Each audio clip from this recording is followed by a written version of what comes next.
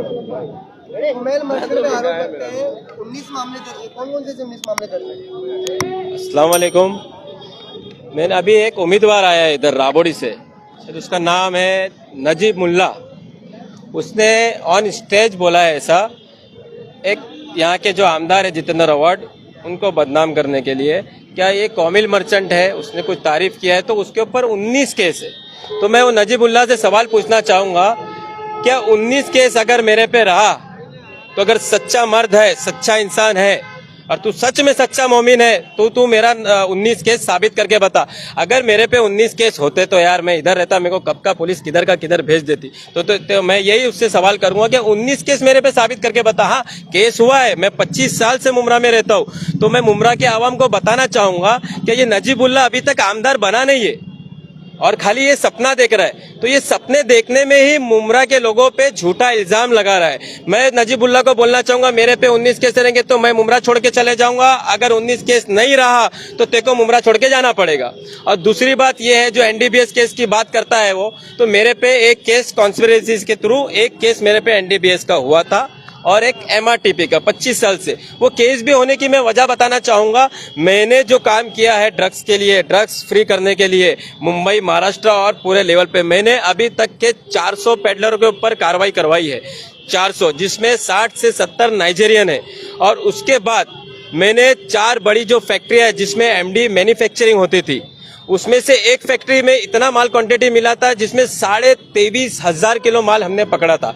और दूसरी छोटी छोटी फैक्ट्री, तो सोचो मैंने जब इतनी कार्रवाई किया हो तो कितने हजारों घर बचे हैं, कितने मासूमों की लाइफ बची है, कितने घर टूटने से बचे हैं, कितने की जान बची है, कितनों का फ्यूचर बचा है। तो ये सोचो कि ड्रग्स फ्री करने के लिए मैंने अपनी जान की ताकत लगाया हूँ, मैंने कोई ड्रग्स का धंधा नहीं किया हो। और मैं आवाम को ये बात बताना चाहूंगा, अगर ये केस ओरिजिनल है या मेरा ड्रग्स का कोई धंधा है या फ्यूचर में कभी करूँ, तो अल्लाह मुझे दुनिया में भी अजाब में ऊपर नाजिल हो और मरने के बाद भी अल्लाह मुझे जिंदगी भर जहन्नुम में डाले, कभी जन्नत का दरवाजा भी नहीं दिखाए। मैं अल्लाह को, उन नबी के महबूब का वास्ता देता हूं, अगर मेरा इस चीज में इन्वॉल्वमेंट है तो मेरी जिंदगी पे लानत हो और मेरे ऊपर अजाब नाजिल हो। और मैं नजीबुल्लाह को एक चीज बताना चाहूंगा, क्या भाई, हमने जब भी कुछ दिन की बात आई, इस्लाम की बात आई, फलस्तीन की बात आई, तो मैं एक बंदा हूँ जो मुमरा से फलस्तीन के लोगों के लिए मैंने इफ्तारी करके, हम 1000 लोगों ने फलस्तीन के मजलूमों के लिए दुआ किए। हमने इजरायली प्रोडक्ट बॉयकॉट करने का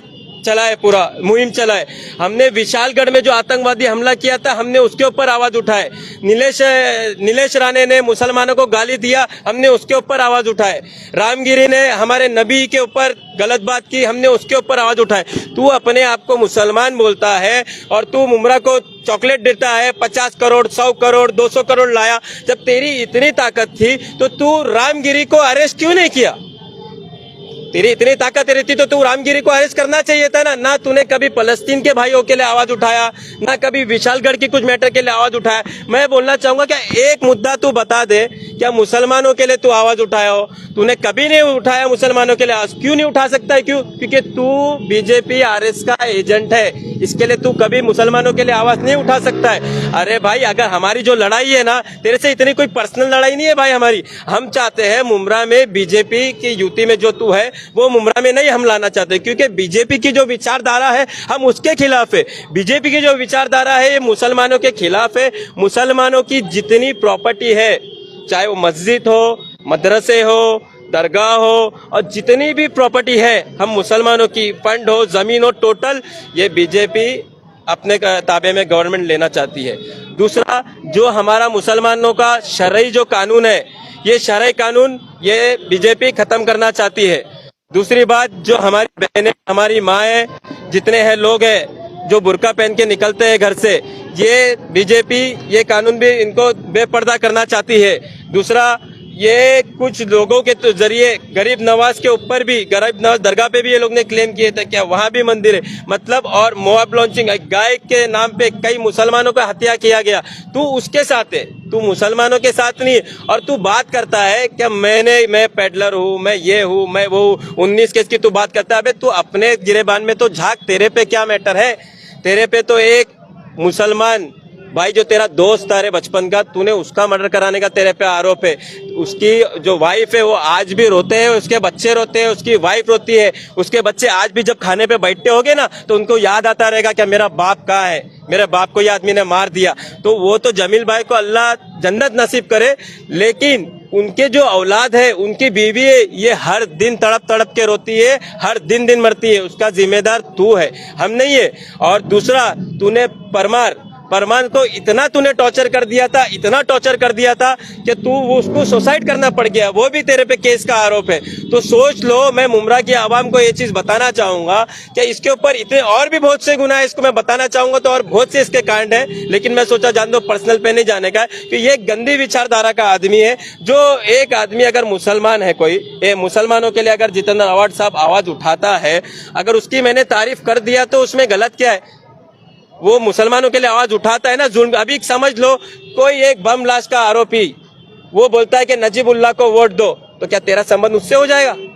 तू डायरेक्ट संबंध करके हमको भी बदनाम कर रहा है और किसी को भी बदनाम कर रहा है। तो मैं यही बोलूंगा कि गंदी राजनीति मत कर। इंशाल्लाह तू जैसा आया है और एकदम जलील करके तेरे को मुमरा की आम यहाँ से भगाएगी। मुमरा के लोगों को मैं बोलना चाहूंगा, देख लो, ये स्टेज पे रह के बोला है मेरे पे 19 केस है, तो मैं सारे प्रेस वालों को और लोगों को बोलूंगा कि मुझसे पूछो कि मेरे पे 19 केस कहाँ से? ये अभी से लोगों पे झूठा इल्जाम लगा रहा है, तो ये जीतने के बाद क्या करेगा? और इससे सबसे पहले जो कॉलोनी में नजीबुल्लाह जाता है, तो सबसे पहले उससे सवाल करना, क्या जब हमारे नबी, जो हमारी दिल, हमारी जान, हमारा सब कुछ है, आज हम जीते हैं, जिस तरीके से हमारी लाइफ स्टाइल है, आज हम नमाज पढ़ते हैं, कुरान पढ़ते हैं, जो भी चीजें तो हमने हमारे नबी से सीखी।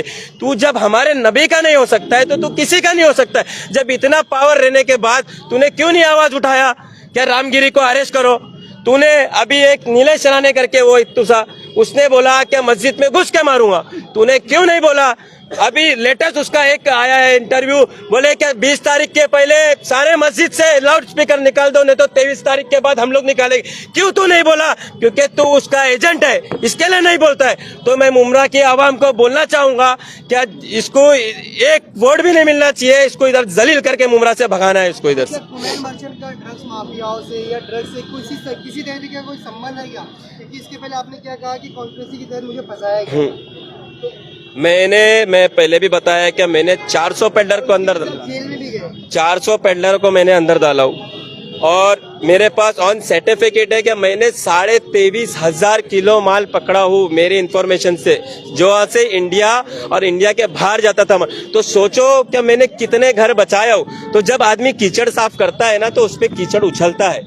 और मेरे पे केस हुआ तो साबित नहीं हुआ है, वो कोर्ट में केस है, वो चल रहा है। अगर साबित होएगा तो मैं गुनहगार हूँ, साबित नहीं हुआ तो जब मैंने इतने केस किया, वो दुश्मनी होती है तो होता है।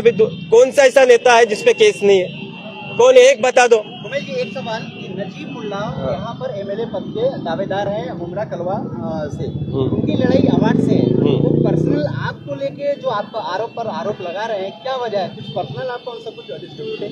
कुछ भी नहीं है पर्सनल। जब आदमी थोड़ा दिमाग से पैदल होने लगता है तो ऐसी हरकतें करने लगता है, मेरे को ऐसा लगता है। क्योंकि एक 4 टाइम नगर सेवक और विरोधी पक्ष नेता, इतना अच्छा नाम, और वो एक मुझे टारगेट कर रहा है। मतलब सिर्फ अवार्ड साहब कैसा है, एक जितेंद्र अवार्ड एक ऐसा है बंदा है जो मुमरा में मुसलमानों पे या किधर भी मुसलमानों पे जुल्म होता है। अभी चाचा का भी देखो हुआ था, चाचा को मारे थे, तो अवार्ड साहब ने, तो ये बीजेपी आरएस की लॉबी के जितेंद्र अवार्ड को बिठाओ, इसको बिठाओ, इसको पीछे करो, ये रहेगा तो ये मुसलमानों के लिए हमेशा आवाज उठाते रहेगा। तो ये लोग को आवाज मतलब बंद करने के लिए बीजेपी आरएसएस ने एक नजीबुल्लाह नाम का एक प्यादा मुमरा में छोड़ा है।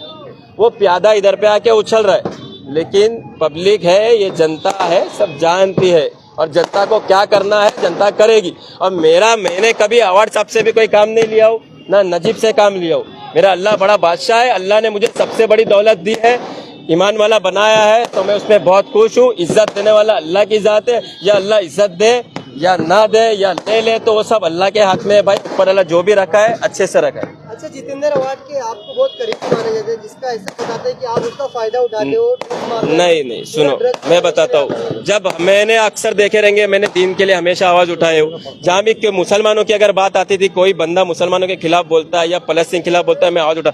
कोरोना के टाइम पे ना, मैं भी मेरी हैसियत के हिसाब से मैं गरीबों की जितनी मदद कर सकता था उतना कर। तो वो टाइम पे मैंने देखा था कि जितेंद्र अवार्ड है ना, यहाँ पे गरीबों को राशन बांटता था, खाना बांटता था, कई लोगों को हॉस्पिटल में एडमिट करता था, किसी को फाइनेंशियल के लिए हेल्प करता था। फिर उसके बाद उसको खुद को कोरोना हो गया, फिर वो एकदम सीरियस मैटर पे था, एकदम मतलब डॉक्टर ने जवाब दे दिया था। तो वो चीज़ कैसा मेरे दिल में एक बसी, यार ये आदमी नॉन मुस्लिम होने के बाद भी मुसलमानों के लिए इतना कर रहा है, अपनी जान दांव पे लगा रहा है, अपनी फैमिली की जान दांव पे लगा रहा है, तो यार ये आदमी गंदा कैसा हो सकता है यार। क्या जितेंद्र अवार्ड को जिताने के लिए आप नजीबुल्लाह को मारना चाहते जान से? अरे यार, मैं जान से क्यों मारूंगा, वो खुद इतना बड़ा क्रिमिनल, उसके ऊपर परमार का मैटर चल रहा है, उसके ऊपर मर्डर का आरोप चल रहा है, उसकी कहाँ से कहाँ तक है, कौन कभी किधर जाता है, किधर से किधर बात करता है, कौन सी रिकॉर्डिंग कहाँ जाती है, सबको मालूम है वो सब चीज किसकी पहचान। सभा में उन्होंने कहा है कि आपके थ्रू फोन कॉल जा रहे हैं उनको धमकी भरे, जान से मारने। अरे क्यों हम धमकी देंगे, तू खुद एक गुंडा है भाई, हम गुंडे नहीं है। हम हमारे दीन की जब बात आएगी ना, तो हम सबसे पहला सर है ना मेरा रहेगा। जब अगर दिन की बात आएगी, सर कटाने सबसे पहले हम खड़े रहेंगे। तू नहीं खड़ाएगा, तू लोगों को गुमराह कर रहा है। तू मुमरा में आके नारे तकबीर का नारा लगाता है और कलवा में जाता है तो आरती की पूजा करता है। तो मैं किसी धर्म को गलत नहीं बोलता हूँ, मैं हर धर्म की इज्जत करता हूँ।